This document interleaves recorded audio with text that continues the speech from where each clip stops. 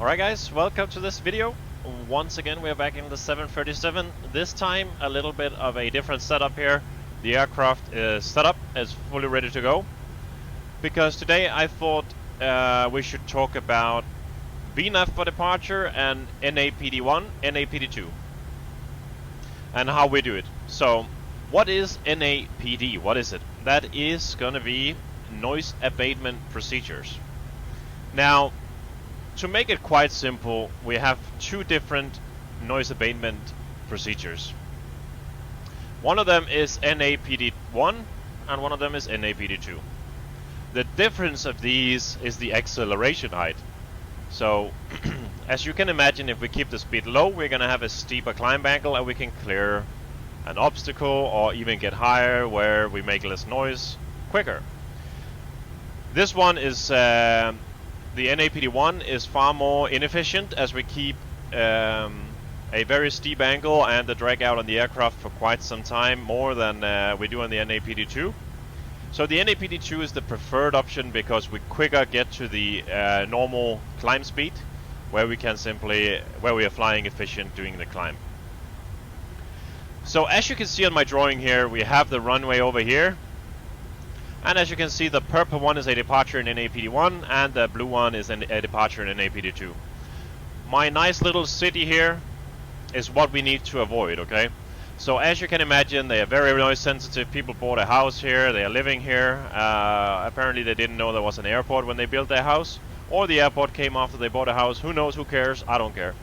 But what we need to take into account here is, as you can see, the NAPD2 is getting quite close to the city, hence we have a higher noise level. That is because the NAPD2, when we reach 1,000 feet above the aerodrome elevation, we buck up, as we call it in the 737. That's when we buck the up speed and start retracting the flaps. Whereas on the NAPD1, we continue all the way to 3,000 feet above ground level before we buck up. So this is the main difference, NAPD1, NAPD2. Some airports have a mix of them. Some airports have something completely different, but this is the basic principle. Now, in my operator, we fly these manually. We do not arm VNAV for departure, and that is because if we need to arm VNAV for departure, we need to put things into the FMC. If we forget that, VNAV is not doing it correctly, and there can be huge, significant fines accompanied to breaking the noise abatement procedures around an airport. So we do it manually to do it correct every single time. Now if we go back into the simulator here, to do this manually, when we depart, we never arm VNAV. Our MCP would look something like this. We would have auto throttle armed, we would have LNAV armed. And then, when we reach 1,000 feet above aerodrome elevation, okay, so that is going to be 1220 in this case, we want to take our speed buck and then we want to buck it to the up speed. And as soon as we do that, then the flight directors are going to command an acceleration, and then we can start retracting the flaps. And then when we have the flaps up and no lights, that is usually at my operator when we arm a VNAV, because then VNAV will go into VNAV speed directly and then we can continue the climb. This is purely a procedure that is created because people messed it up with the VNAV. Now, let's talk about VNAV and how we can arm it for departure, okay? So before we can arm VNAV for departure, we need a few things.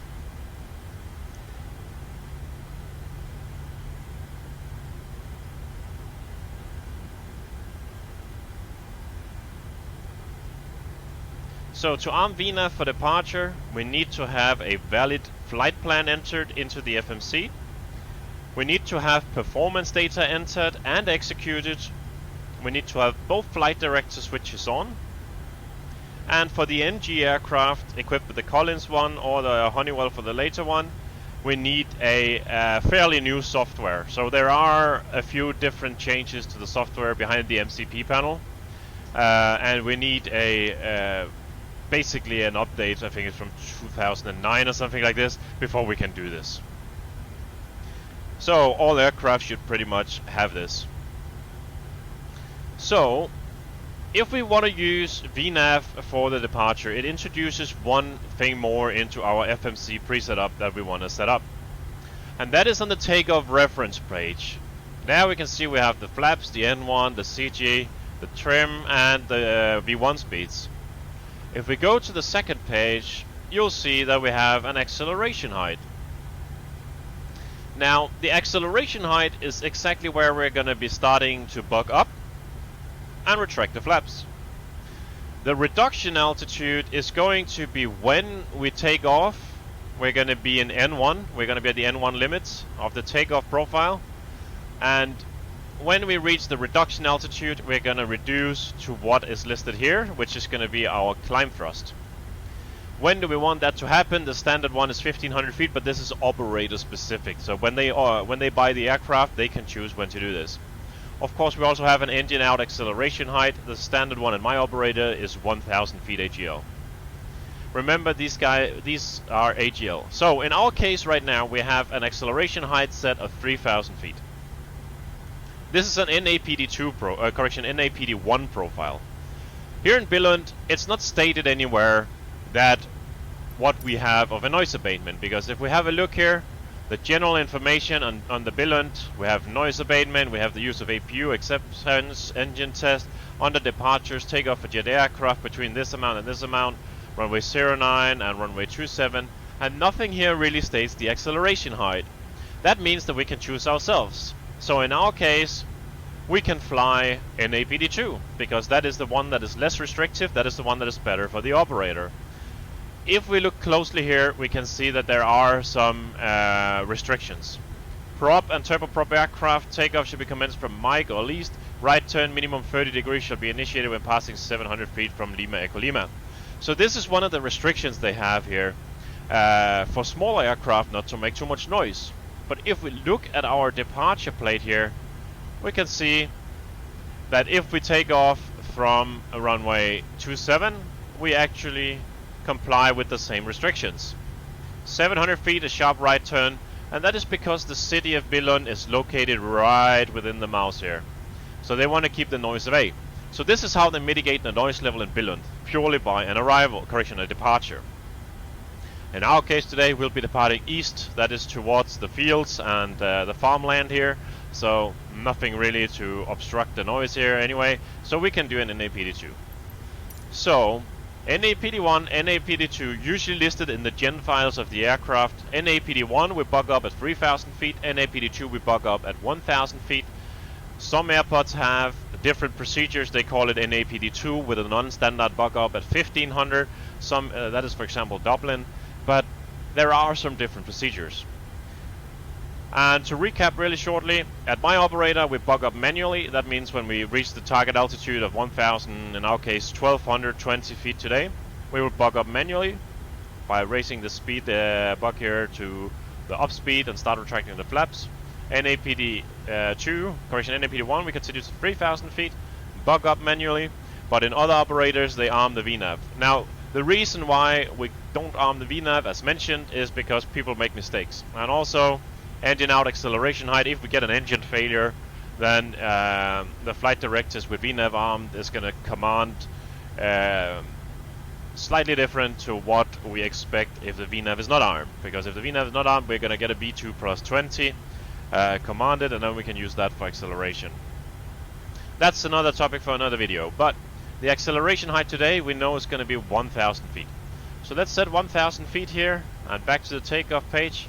And now let's perform our departure. So in the case today we can arm auto throttle, we can arm LNAV, VNAV. So as you see now we have VNAV armed as well. Let's get the strobe lights on. Let's get all the landing lights on. We have the weather radar. Let's release the parking brake and let's start rolling and get to the runway. So now the aircraft is set up. So let's see how it does here.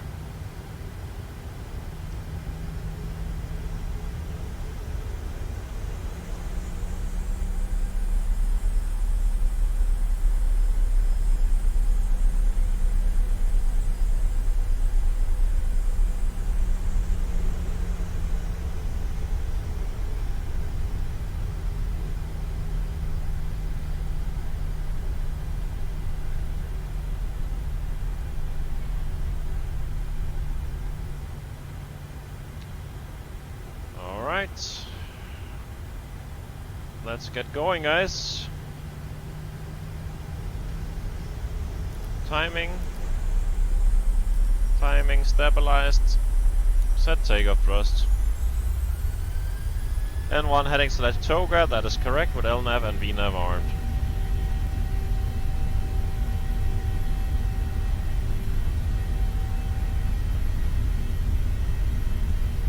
Knots checked.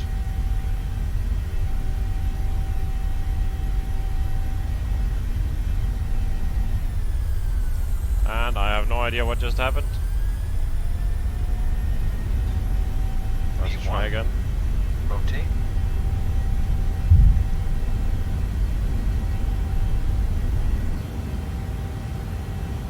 Gear up.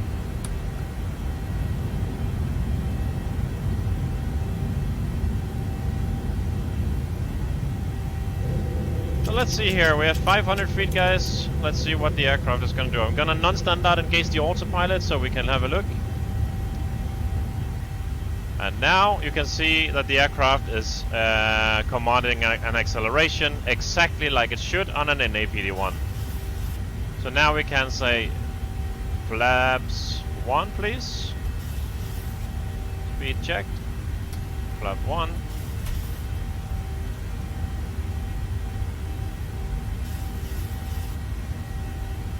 Flaps up.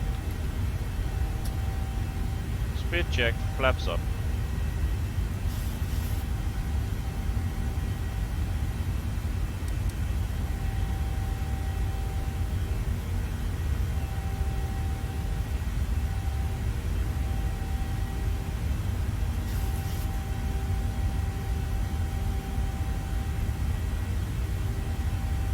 There we go.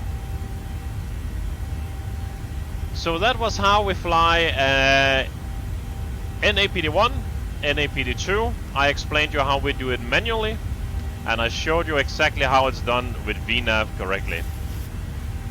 So thank you for tuning in, guys. As always, if you have any suggestions or things you might want to add, leave a comment down below. And if you want to ensure you don't miss this, sure to subscribe to the channel. That helps me out a lot, and that keeps me motivated to keep you guys posted with nice videos and nice information to make the whole community better. Thank you for tuning in, guys. See you in the next one. Bye.